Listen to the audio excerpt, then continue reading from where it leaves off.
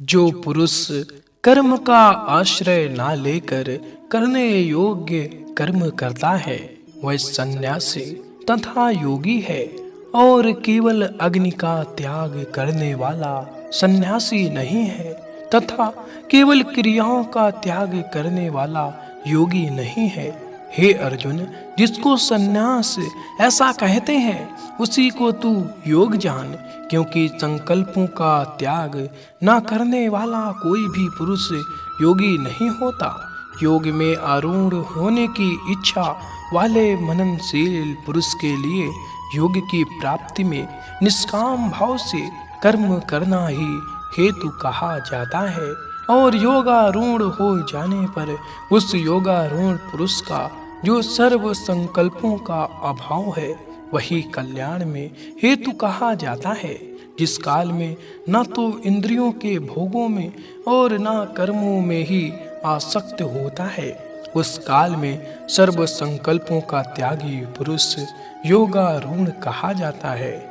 अपने द्वारा अपना संसार समुद्र से उद्धार करें और अपने को अधोगत में न डालें, क्योंकि यह मनुष्य आप ही तो अपना मित्र है और अपना ही शत्रु है।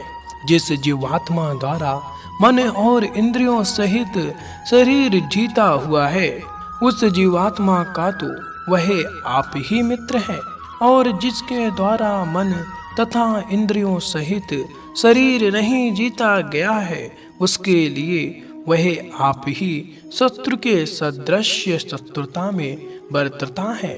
सर्दी गर्मी और सुख दुखादि में तथा मान और अपमान में जिसके अंतःकरण की वृत्तियां भली भांति शांत हैं, ऐसे स्वाधीन आत्मा वाले पुरुष के ज्ञान में सच्चिदानंद घन परमात्मा सम्यक प्रकार से स्थित है। अर्थात उसके ज्ञान में परमात्मा के सिवाय कुछ है ही नहीं, जिसका अंतःकरण ज्ञान विज्ञान से तृप्त है, जिसकी स्त्री विकार रहित है, जिसकी इंद्रियां भली भांति जीती हुई है और जिसके लिए मिट्टी पत्थर और सुवर्ण समान है, वह योगी युक्त अर्थात भगवत प्राप्त है। ऐसे कहा जाता है, सुहृद मित्र वैरी उदासीन मध्य इष्ट द्वेष और बंधु गणों में धर्मात्माओं में और पापियों में भी समान भाव रखने वाला अत्यंत श्रेष्ठ है। मन और इंद्रियों सहित शरीर को वश में रखने वाला आशा रहित और संग्रह रहित योगी अकेला ही एकांत स्थान में स्थित होकर आत्मा को निरंतर परमात्मा में लगावे। शुद्ध भूमि में उसके ऊपर क्रमशः कुशा मृगछाला और वस्त्र बिछे हैं, जो ना बहुत ऊंचा है और ना बहुत नीचा। ऐसे अपने आसन को स्थिर स्थापना करके उस आसन पर बैठकर चित्त और इंद्रियों की क्रियाओं को वश में रखते हुए मन को एकाग्र करके अंतःकरण की शुद्धि के लिए योग का अभ्यास करें। काया सिर गले को समान एवं अचल धारा करके और स्थिर होकर अपनी नासिका के अग्र भाग पर दृष्टि जमाकर अन्य दिशाओं को ना देखता हुआ ब्रह्मचारी व्रत में स्थित भय रहित तथा भली भांति शांत अंतःकरण वाला सावधान योगी मन को रोककर मुझ में चित्त वाला और मेरे पारायण होकर स्थित होवे। वश में किए हुए मन वाला योगी इस प्रकार आत्मा को निरंतर मुझ परमेश्वर के स्वरूप में लगाता हुआ मुझ में रहने वाली परमानंद की पराकाष्ठा रूप शांति को प्राप्त होता है। हे अर्जुन, यह योग्य ना तो बहुत खाने वाले का, ना बिल्कुल खाने वाले का, ना बहुत शयन करने के स्वभाव वाले का और ना सदा जागने वाले का ही सिद्ध होता है। दुखों का नाश करने वाला योग यथा योग आहार विहार करने वाले का, कर्मों में यथा योग चेष्टा करने वाले का और यथा योग सोने तथा जागने वाले का ही सिद्ध होता है।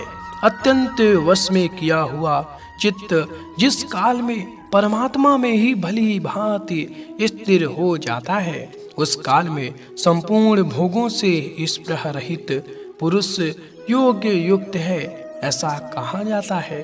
जिस प्रकार वायु रहित स्थान में स्थित दीपक चलायमान नहीं होता, वैसे ही उपमा परमात्मा के ध्यान में लगे हुए योगी के जीते हुए चित्त की कही गई है।